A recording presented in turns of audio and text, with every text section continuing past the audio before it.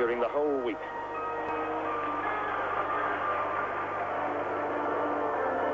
I'll be back with Amelia Ebel now on the beam.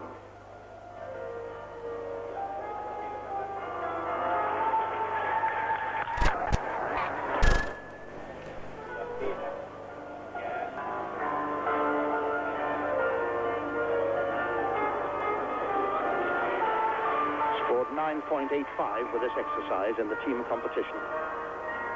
Backflip, backflip. Oh, it did come off the end. Now that happened to Falada the other night.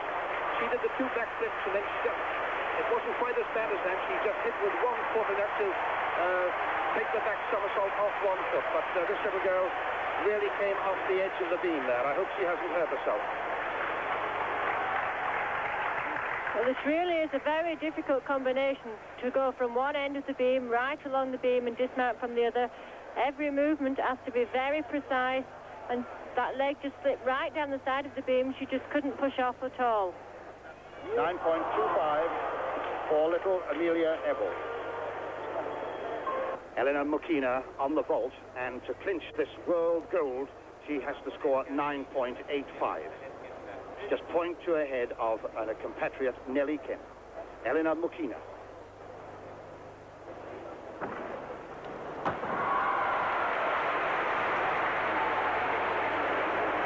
Handspring front with a half turn there. She goes back for her second vault. It's the better one to count. And if she gets 9.85 or better, that will clinch the gold for Elena Mukina, who's really emerged and improved tremendously in the last year. Comes into the horse really well, really moves the legs fast over the top, goes into the front, and then gets the turn out. Could make the second one better with the best landing. And it's 9.85, so she's clinched the gold. It's the gold then for Elena Mukina. That's a magnificent performance. She still has one to come. She could do, I was going to say she could clinch it even further, but she doesn't need to. Nellie Kim just can't catch her now. She's had a wonderful evening here. We'll watch her coming up for the second vault now. She knows the score. She knew what she had to get. And she's got it.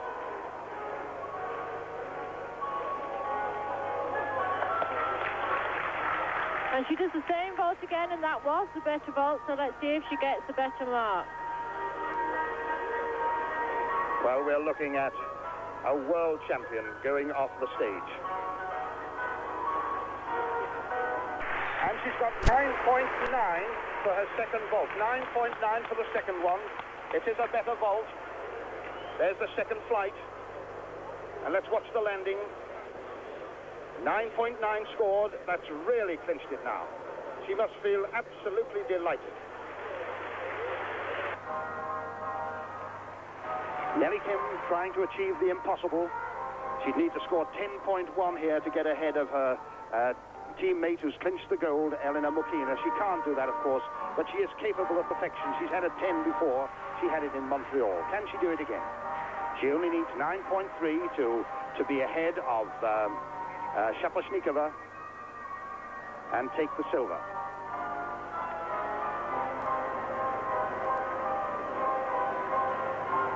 One sees the art of the choreographer here, and here's the finale, the tumbling movement and the twisting back somersault there to finish, and the crowd loved it. And Nellie Kim there, great rapport with the audience, a great sense of drama and theatre. And that really was a great performance. And here's the finale, the round off, the half turn, then she beats and goes into the backflip. And here's the twisting back somersault as a finale.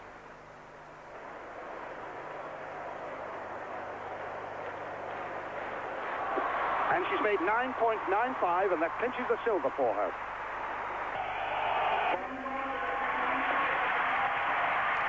Elena Mukina, 18 years old, from the Soviet Union. The gold medal winner here, the world champion.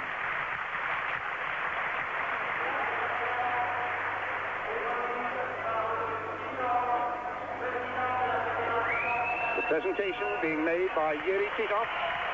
also from the Soviet Union, a former world champion himself, and the president of the Fédération Internationale Gymnastique.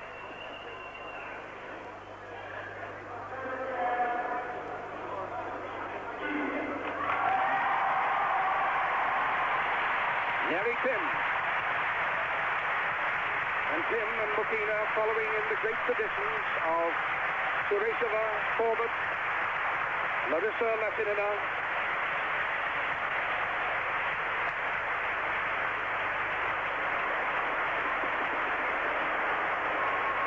presentation by Mr. Bangato, and Kim getting another silver to add to the one that she won in Montreal.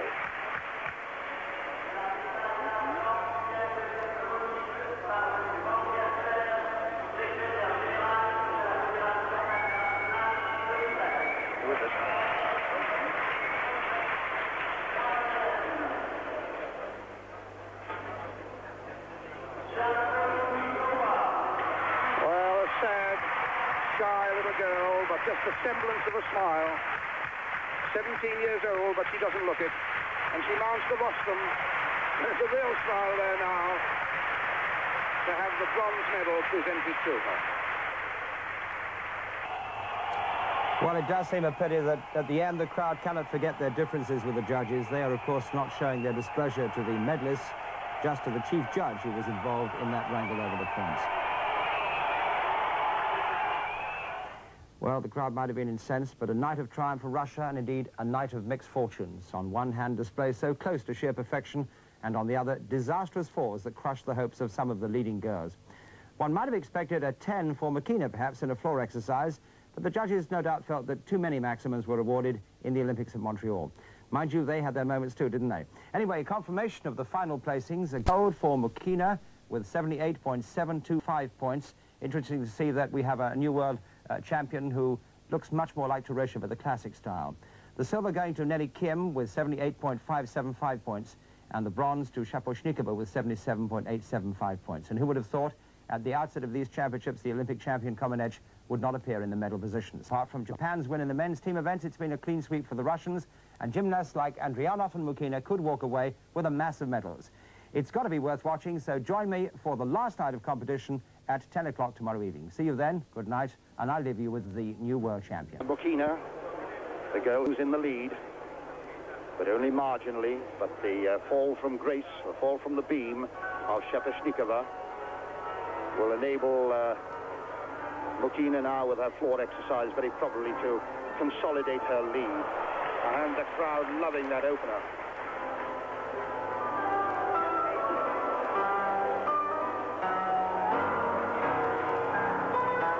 Shaposhnikova 9.4 for the beam exercise.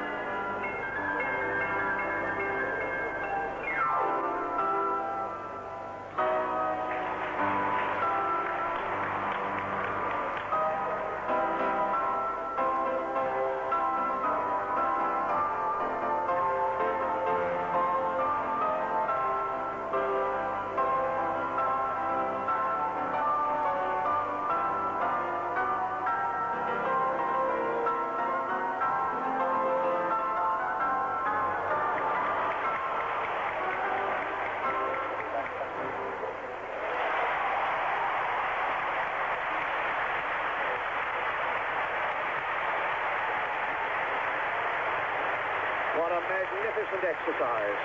And that double back as the finale really brought the house down. She scored 9.95 with that exercise in the team competition. And I think we are looking there at Elena Mukina, and I think we're looking at a world champion. Mukina is one of the more classical type of gymnasts. She moves very well in her dance performances, and a fantastic 9.95 for Mukina on the floor there, and she's going to take some catching now.